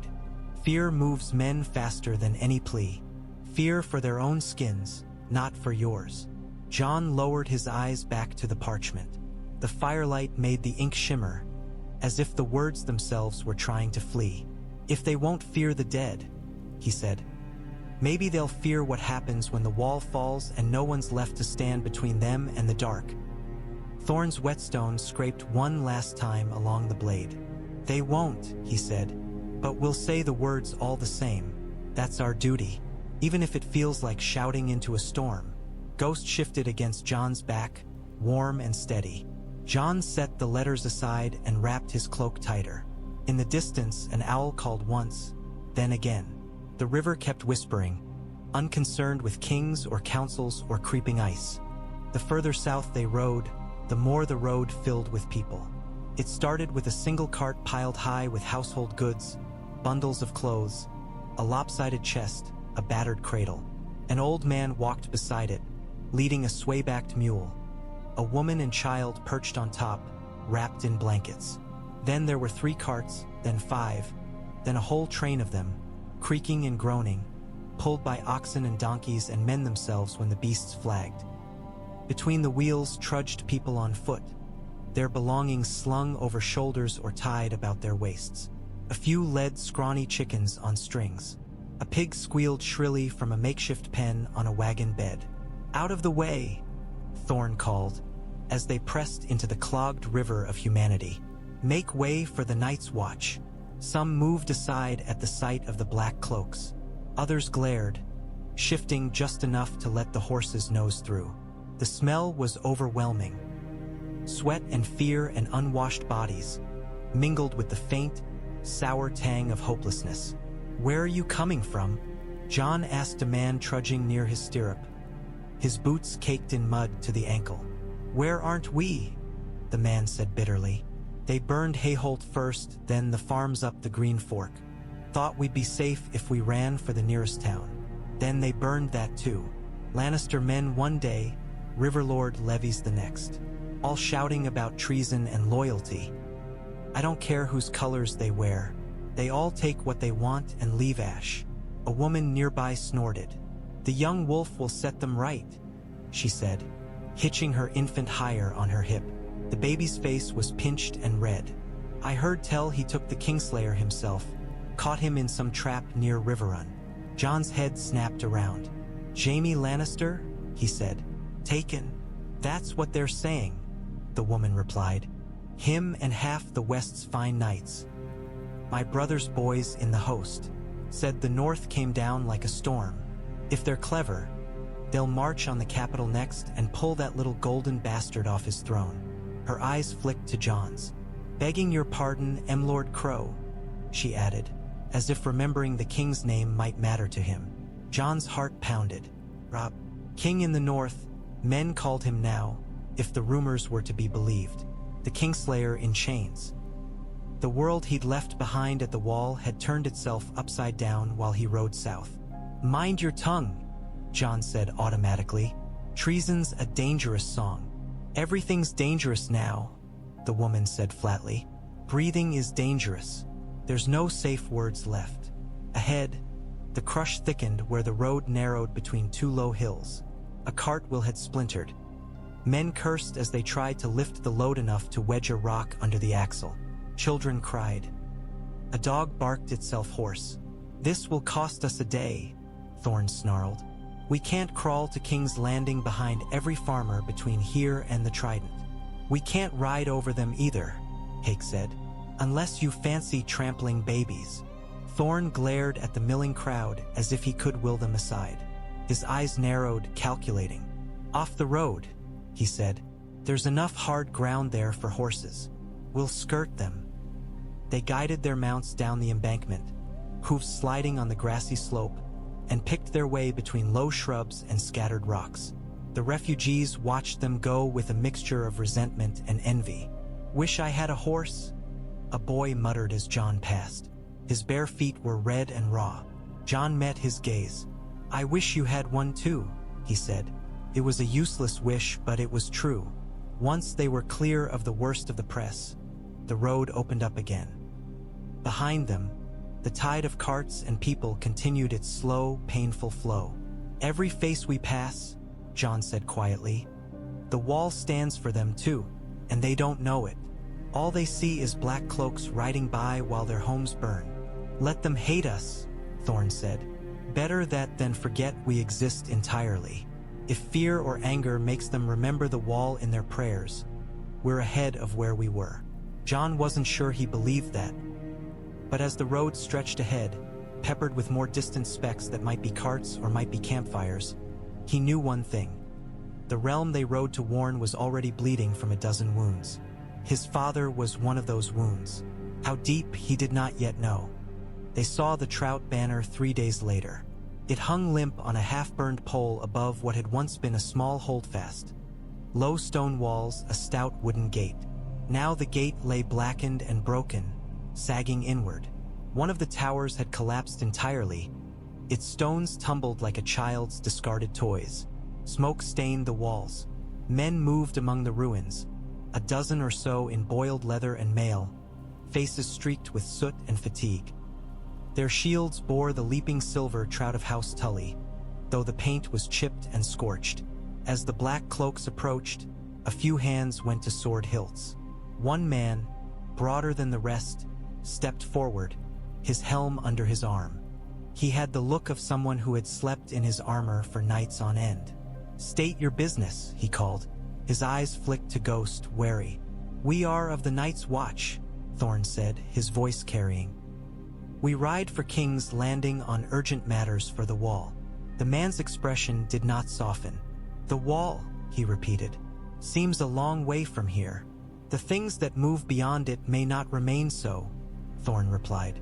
We'd speak with those who still think of the whole realm, not just their own rivers. The Riverlands man barked a humorless laugh. If you find such a soul between here and the city, send him back this way. We could use him. He wiped a streak of ash from his brow with the back of his hand. You may pass. There's nothing here worth your time. We're just gathering what's left. What happened? Jon asked, unable to keep the question in. The man looked at him properly then, taking in his youth, his sword, the White Wolf. War, he said simply. Lannisters came through 3 nights past, looking for supplies, for a place to sleep. They had a bad disappointment, found men loyal to Riverrun instead. so they took their anger out on the walls and the women. He gestured toward a row of shapes laid out beside a half-filled ditch. Blankets covered them, but a small, pale hand had slipped free from beneath one, fingers caked in dried blood and dirt. Jon's stomach lurched. Ghost whined softly, ears flattening. "We drove them off," the man said. "Took some of them down to hell with us. But they'll be back, or others will. The young wolf can't be everywhere at once." "Robb Stark," Jon said before he could stop himself. "Is he? Where is he now?" The man's eyes narrowed. "You know his name," he said. "You from the North Crow?" "I was," Jon said carefully, "before I took the black." "That so? Well, your wolf king's given them a sore enough hiding near the twins, from what we hear. But the lions still have claws. They cut and run. We bleed after them." He turned away, voice thickening. "I've graves to dig.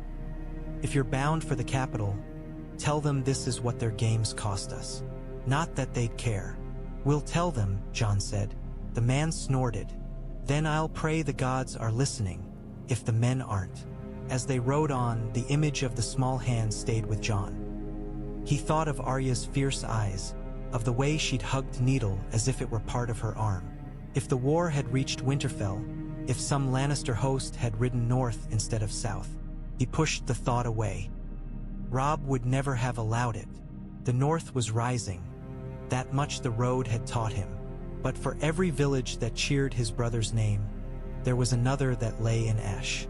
"Do you still think the realm will listen?" he asked Thorne quietly. Thorne's mouth was hard. "I think the realm listens to whatever voice is shouting loudest at the moment," he said. "Right now, that's the voice crying for lion or wolf.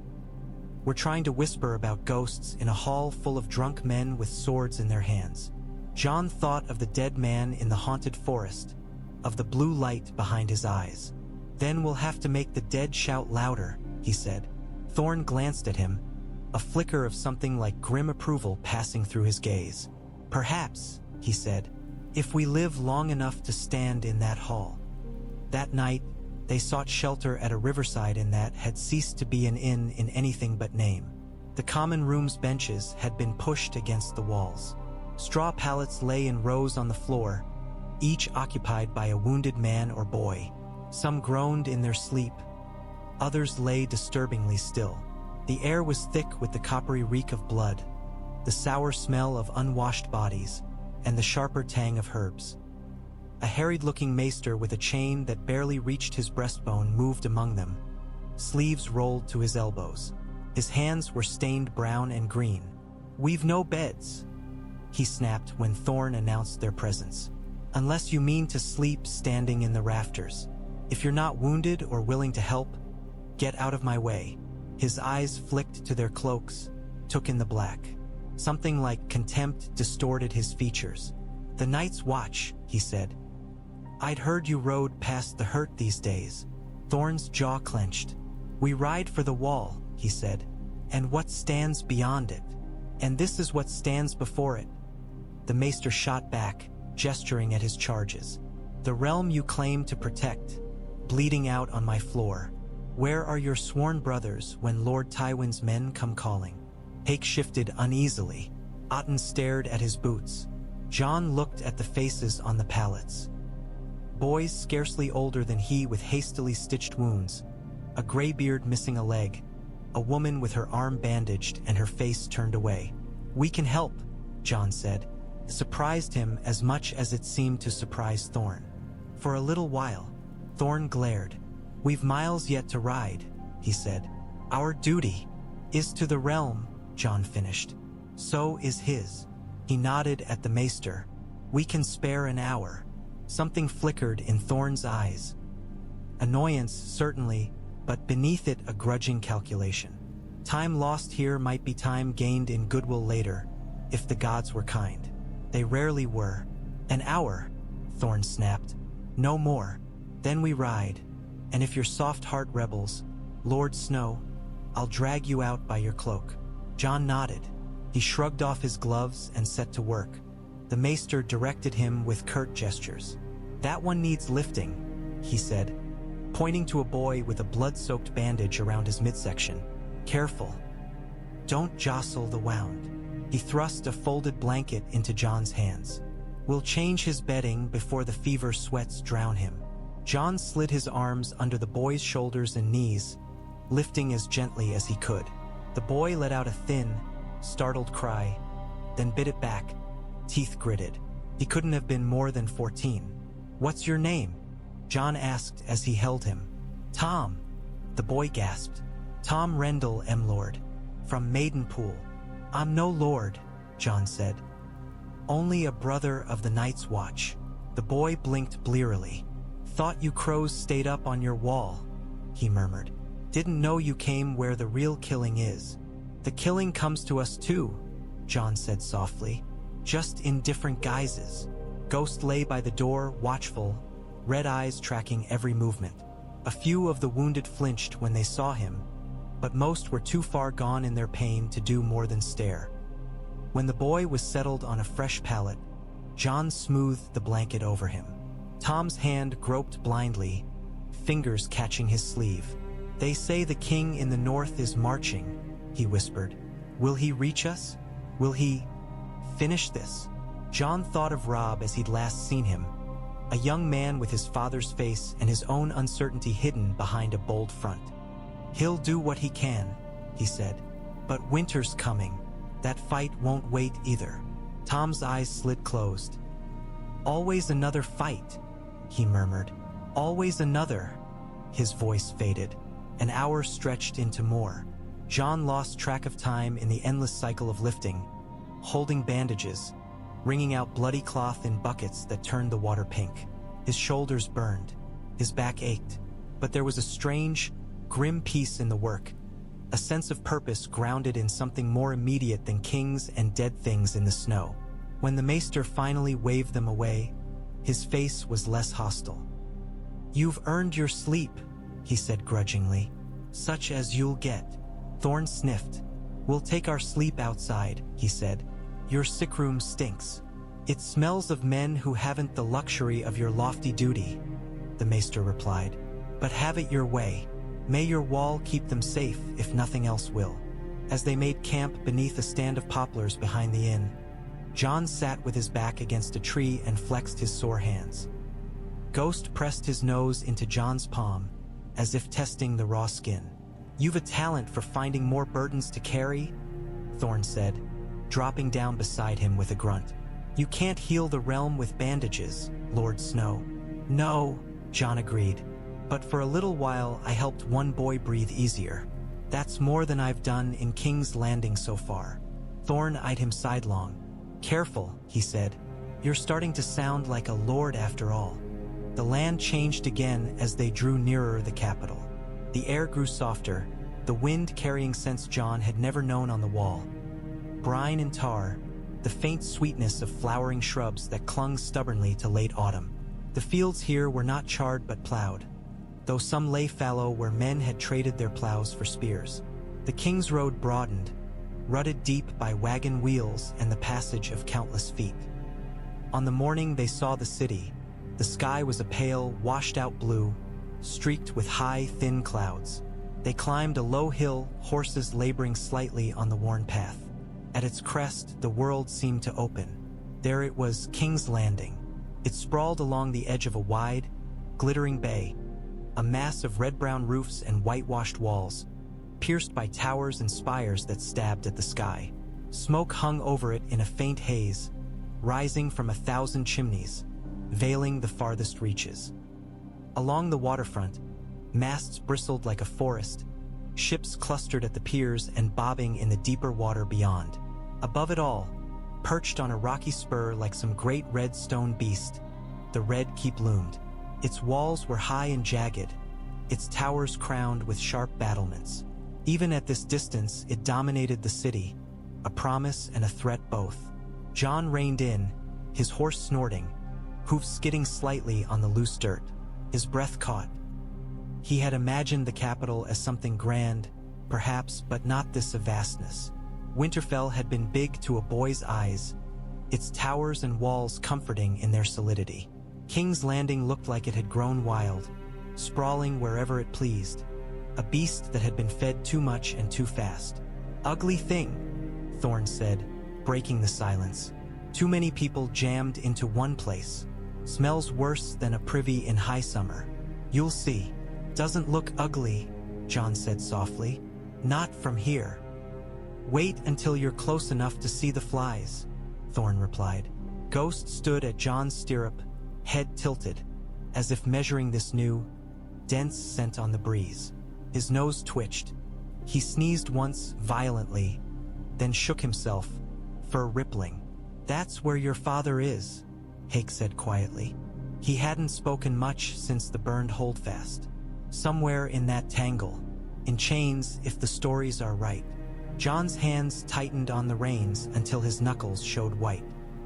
Somewhere in that maze of roofs and alleys, in some dark, damp place beneath the Red Keep, Lord Eddard Stark waited. Maybe he counted days. Maybe he had stopped counting. "Then that's where we have to be," Jon said. "Soon." Thorne studied the city as if it were an enemy army. "We go in by the King's Gate," he said. "We'll show the gold cloaks the Lord Commander's letter and demand passage to the Red Keep. They won't like it, but they'll grant it. The Queen won't wish it said she barred the Night's Watch from her gates." "What of the hand?" Hake asked. "Are we bringing it through the streets for every fishwife to gawk at?" Thorne's mouth twisted. "We'll keep it wrapped until we stand before the throne," he said. "No need to waste our one good trick in the mud." Jon forced his gaze away from the city. "How long from here?" he asked. "Half a day," Thorne said. "Less if we push the horses." "Then we push," Jon said. He nudged his mount forward. The path down from the hill was steep, the horses picking their way carefully. The closer they rode, the louder the city became. The distant clang of hammers on metal from the harbor, the rumble of wheels, the faint, constant murmur of thousands of voices. The smell came, too, as Thorne had promised. Not the clean sense of snow and pine and wood smoke Jon knew, but a thick, complex stench of tar and fish and sweat and sewage. It lay on the air like a film. Jon breathed it in anyway. This was the heart of the realm he'd sworn, however sideways, to protect. It offended him, but it was his concern now. "Whatever happens in there," he thought, eyes fixed on the Red Keep, "I will not forget why I came, or who I am." The King's Gate was a bottleneck of stone and humanity. The walls here rose high and thick, their crenellations crowded with archers in helms and worn leather, lances leaning at their sides. The gate itself yawned like a dark mouth, a heavy portcullis half lowered. Before it, a chaos of carts and wagons and people pressed, jostling for their turn. Gold cloaks moved through the crush, their yellow capes already stained with dirt and sweat. They prodded wagon loads with spear butts, peered into barrels, demanded to see writs and seals from merchants. A few coins changed hands discreetly. The guard's eyes slid away as if by accident. "Stay tight," Thorne said. "Keep your hoods up. Remember why we're here." It took long minutes to push their way to the front, the press of bodies and beasts pressing in on Jon from all sides. A man with a cart piled with onions cursed as Ghost slipped past his wheels, the direwolf's fur brushing the wood. A woman with a basket of live chickens glowered as one bird escaped and flapped madly at Jon's horse's head. At last, they found themselves before a gold-cloaked captain whose helm bore a black crest. His face was weathered, his eyes sharp. "State your business," he said. He might have been reciting a prayer. Thorne thrust out a scroll bearing the wax seal of the Lord Commander of the Night's Watch. The black crow stamped in hard relief. "By command of Jeor Mormont, we seek passage to the Red Keep," he said. "We bear a matter of grave import for the king and his council." The captain took the scroll, turned it over in his hand, then broke the seal with his thumb. He scanned the top lines, lips moving slightly. "Night's Watch," he muttered. "Always thought you lot belonged up on your wall. What business could you have down here that can't be shouted from a raven's beak?" Thorne's jaw clenched. "You'll find that in the letter," he said. "Or you won't. It is no concern of yours. Our orders are to reach the king, not explain ourselves to every gate rat in yellow." The captain's eyes flashed. "You do well to remember whose gate you're standing in," he said. "The king's peace holds here, not your old bears." "Then let the king enforce it," Thorne shot back. "We're not here to pick fights with his dogs." Jon could feel the tension ratcheting up. Gold cloaks nearby shifted, hands straying to weapons. Ghost's muscles coiled beside him, ready to spring if the mood soured. He leaned forward slightly in his saddle. "We ride with warnings from the far north," he said, pitching his voice to carry but not challenge. "Not of kings and lords, but of things that walk in the snow when they shouldn't. If the city chooses to bar its gates to such news, it will answer for it when winter comes knocking." The captain looked up at him properly then. His gaze snagged on Jon's face, on the gray eyes, the dark hair. For a heartbeat, confusion flickered. Recognition brushed it.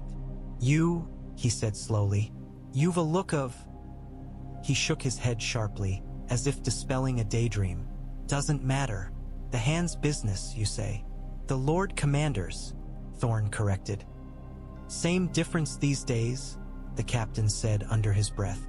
"All right, Crow. You and your lot can go through, but keep that beast of yours on a short leash. If he lays teeth in any city man, he'll be pelt and stew before sunset." Ghost bared his teeth in silent comment. Jon laid a hand on his neck, feeling the rumble in his throat. "We'll see him doesn't," Jon said coolly. The captain stepped aside and gestured.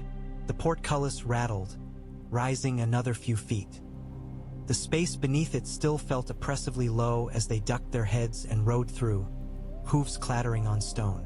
The cool open air outside the walls vanished. Within, the city closed around them like a fist. The streets were narrow, cobbled, and crowded. Houses of wood and stone leaned over them, upper stories nearly touching in places, washing lines strung between. The smells that had been faint on the wind hit Jon full force here. Fish and offal and human waste, sweat and smoke and something sweet and cloying that might have been some cook's attempt at scenting his stew. Noise crashed over them. Hawkers crying their wares, donkey brays, the shrill laughter of children, the distant clatter of a smithy. Somewhere, a bell was tolling, slow and heavy. Jon's head swam. He'd never seen so many people in one place, not even when King Robert had come to Winterfell with his retinue. Here, there were people in every direction, layered atop each other like stones in a wall. "Eyes front," Thorne snapped. "Don't gawk like a country boy at his first fair. The Red Keep is that way." He jerked his chin toward the looming red walls that rose above the jumble of roofs. Jon swallowed and nudged his horse onward, Ghost hugging the line of his stirrup. Somewhere above and ahead, the Iron Throne waited, and the boy who sat upon it. Somewhere beneath, his father waited in darkness. Both fates tugged at him like opposing currents. He rode toward the place where they met. The climb toward the Red Keep was steeper than Jon had expected. The streets wound back on themselves, tight switchbacks that forced the horses to slow to a walk.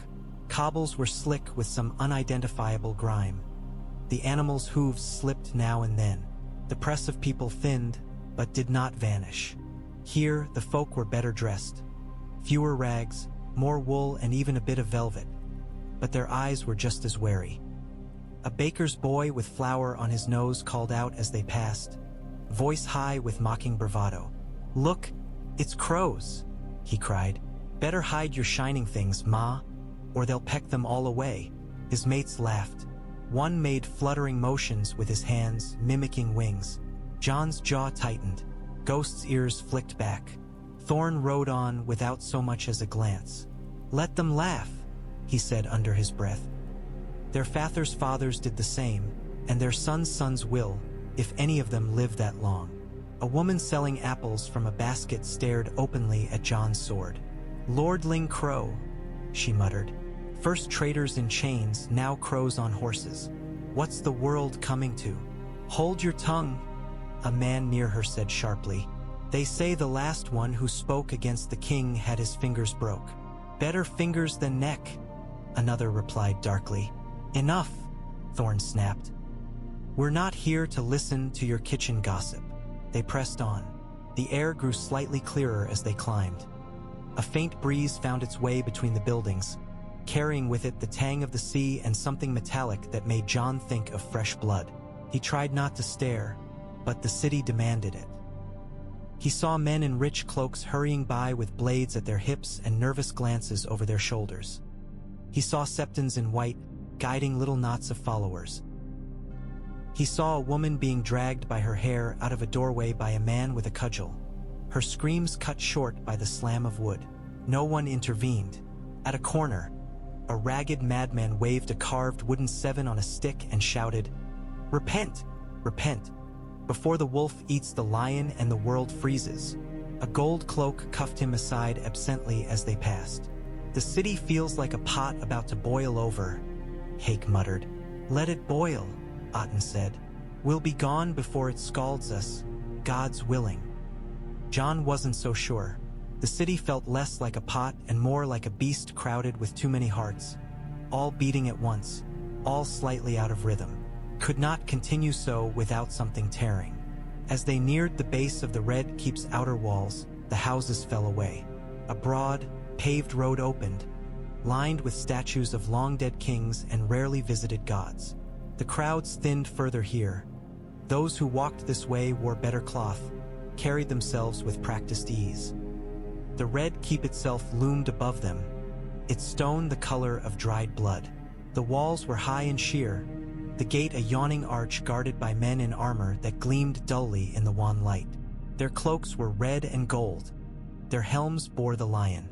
"Here we are," Thorne said. "Time to see if the Queen values the old oaths as much as she claims when it suits her." Jon's heart thudded against his ribs. His mouth had gone dry.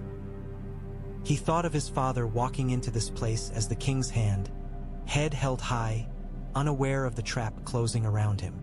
He would walk in differently. "Remember," Thorne said quietly, before they reached the gate, "you are of the Night's Watch. That is your shield and your chain both. Speak as such. Do not let them turn you into anything else." Jon nodded. "I remember," he said. Ghost brushed his knee once, as if in reminder too. Then they rode up to the Red Keep's gate, to announce themselves to the heart of the world. The throne room was colder than the yard outside, though no wind touched its soaring stone. Jon had never imagined such a space. The ceiling arched high overhead, lost in shadow, supported by massive pillars carved with twisted dragons and snarling lions. High, narrow windows let in slashes of gray light that seemed more decorative than useful. Torches guttered in sconces, their flames dwarfed by the immensity of the hall.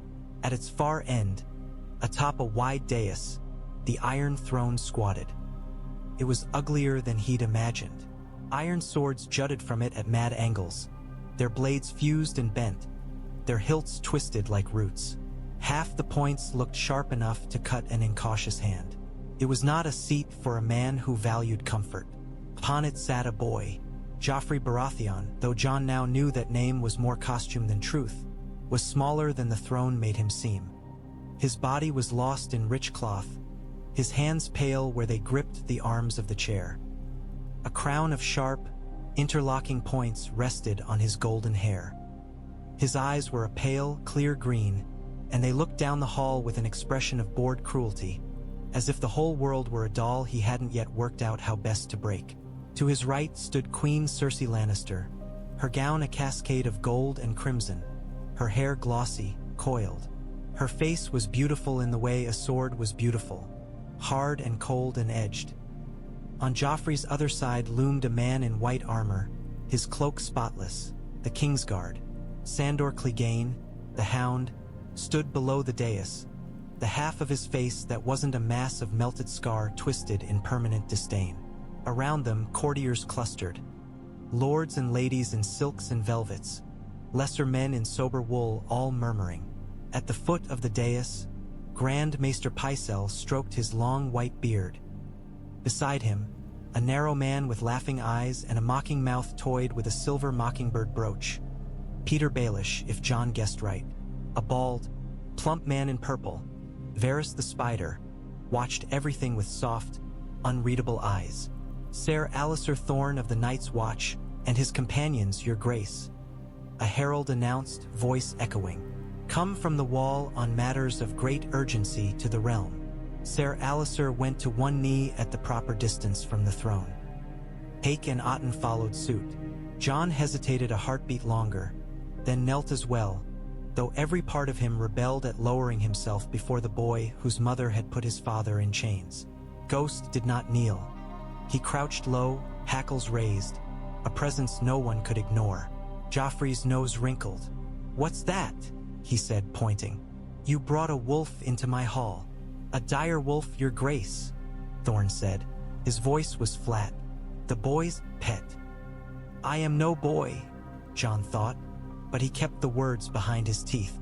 "A pet," Joffrey said, lips curling. "I don't like it. Have someone take it away." Cersei's hand brushed his arm. "Later," she said smoothly. "The Night's Watch has come a long way. Let us hear why." Her gaze settled on Thorne, then slid past him to Jon. For a moment, something sharp flickered in her eyes. Recognition, suspicion, calculation. It was gone too fast to name. Thorne rose to one knee, keeping his eyes dutifully lowered. He held up the bundle he carried. A long, narrow thing wrapped in stiff, stained cloth, bound with cord. "Your Grace," he said, "Queen Regent, Lords of the Council, I bring you a gift from beyond your sight, proof of what we face in the north." "A gift," Joffrey said, leaning forward. "From the crows? Is it bird droppings?" Tittering laughter rippled through the hall. Littlefinger's smile widened. "Show us," Cersei said, ignoring them. "If it's worth bringing before the throne, Ser Alliser, it had better be impressive." Thorne untied the cord with slow, deliberate movements, then peeled back the cloth. The smell hit first. A sour, rotten stench that made more than one courtier clap a perfumed handkerchief to their nose. Jon did not flinch. He remembered worse. Laid bare on the floor was a hand and half a forearm, black and withered like wood left too long in a fire. The fingers were clawed, the nails cracked and thickened. Frost still clung in patches to the leathery skin, refusing to melt despite the torch-warmed air. Joffrey recoiled. "That's disgusting," he said. "Why would you bring that here?" "To show you what walks when men like you are busy playing at crowns," Thorne said. His courtesy was a veneer over iron. "This hand belonged to a man of the Night's Watch. He died beyond the wall and was laid to rest.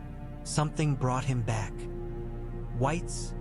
Jon thought, staring at the shriveled flesh. "The dead that do not stay dead." "We've heard this tale," Cersei said. Her tone suggested she considered it a children's story, not a warning. "Walking corpses, blue-eyed demons. The North is full of such fancies." "This is no fancy," Thorne said. "This moved, clawed at the floor. It tried to choke the life from a Lord Commander in his own bed. We cut it from the arm that bore it and burned the rest. It still will not rot properly. We've kept it cold as we could on the road, and still it endures." A murmur rippled through the hall. Some scoffed openly. Others shifted uneasily, eyes flicking to the hand as if expecting it to leap up and dance. Grand Maester Pycelle tottered forward, bent nearly double. He peered at the hand, lips pursed. "Remarkable," he wheezed. "It bears some resemblance to certain maladies I have read of. Gangrenous flesh can take on a most distressing aspect." "It is not gangrene," Thorne snapped. "Unless you've heard of gangrene that walks and kills." Pycelle flinched. Cersei's eyes narrowed slightly. Joffrey looked bored again. "So a dead man twitched a bit," the boy king said. "Why should I care? The wall is far away. We have real enemies to deal with. Traitors in the city, rebels in the field." "The dead care nothing for your rebels," Thorne said. "No, are your crown. When they come, they will come for all. And we are here to ask that you remember the wall exists," Jon thought. "To ask that you remember us. And my father." The words burned his tongue, but he had not been invited to speak. Not yet. Varys stepped delicately forward, robes whispering. "Your Grace," he said in his soft, measured tone. "If there is even a small chance that what the Night's Watch reports is true, it would be prudent to consider the implications." "The implication is that they want more men and more coin," Littlefinger said lightly, "as every petitioner who darkens this hall does. Only their story has better costumes." Some courtiers laughed. Others did not. Cersei turned her head, looking down the hall again. Her gaze found Jon, paused, sharpened. "And who is this?" she said. "You with the face so like Lord Eddard Stark's. Stand up." The words struck him like cold water. Thorne's head snapped toward him, eyes warning. Jon rose slowly, the hall seeming to tilt around him. His knees wanted to shake. He commanded them not to. Ghost rose with him, hackles lifting, eyes bright. "Your name," Cersei said. He met her gaze. "I am Jon Snow, your Grace," he said. His voice sounded steady to his own surprise. "Steward to Lord Commander Jeor Mormont, a brother of the Night's Watch." "Snow," Cersei repeated. A small, chilling smile curved her mouth. "The North has many snows, and yet you look so familiar." Jon said nothing. He could feel 100 eyes on him. Somewhere, behind stone and shadow, he could almost feel another pair, gray, steady, watching. His father's. "Your father stands accused of treason," Joffrey said suddenly, seizing on the scent of blood like a hound. "Did you come to beg for him, crow bastard? To fall on your knees and whimper for his life?" The courtiers tittered, eager vultures. Jon's muscles tensed. Thorne's warning lay heavy in his mind. "You are of the Night's Watch. That is your shield." "I came to speak of the wall, your Grace," he said, "and of what threatens the realm beyond your sight. My father's fate is in your hands, not mine." The words cost him. He could feel each one carve a furrow inside. Joffrey narrowed his eyes. "You don't deny he's a traitor," he said. Jon's jaw clenched so hard it hurt. "I deny nothing and confess nothing," he said. "I am sworn to a different service now. The Night's Watch takes no part in the quarrels of thrones." Cersei studied him, head tilted slightly, like a cat watching a new insect. "Interesting," she murmured. Somewhere among the murmurs and the watching eyes, Varys lowered his head a fraction. Littlefinger's smile deepened, as if some private game had just become more amusing. The Iron Throne loomed over them all, indifferent. Jon stood in its shadow, feeling the weight of every gaze, the stink of the wight's hand curling in the air, and the absence of the man whose face he wore like a borrowed mask. He had reached King's Landing before his father's execution. Now he had to find a way to make that mean something.